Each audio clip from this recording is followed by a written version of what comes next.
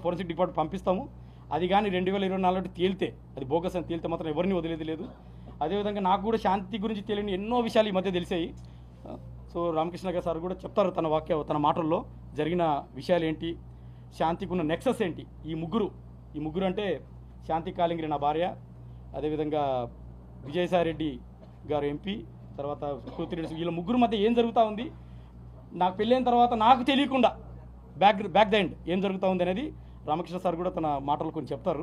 నాకు కూడా ఇప్పుడే తెలుస్తుంది. కొన్ని సింక్ చేసుకుంటే అవన్నీ కూడా నాకు కూడా సింక్ అవుతున్నాయి, ఓహో ఇంత జరిగిందా అనేది.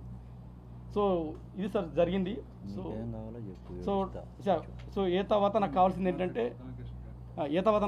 ఏంటంటే ఆ బాబుకు తండ్రి ఎవరో DNA టెస్ట్ ద్వారా నేను ఎవరి పేర్లు అయితే పెట్టానో వాళ్ళని కోర్టు ద్వారా పిలిపించి ఆ DNA టెస్ట్ చేయించి బాబుకు తండ్రిని, నాకు రిలీఫు, శాంతికి రిలీఫు. ఇంత పెద్ద ఆటలో నలిగిపోతుంది ఇద్దరమేనండి, శాంతి నేనే.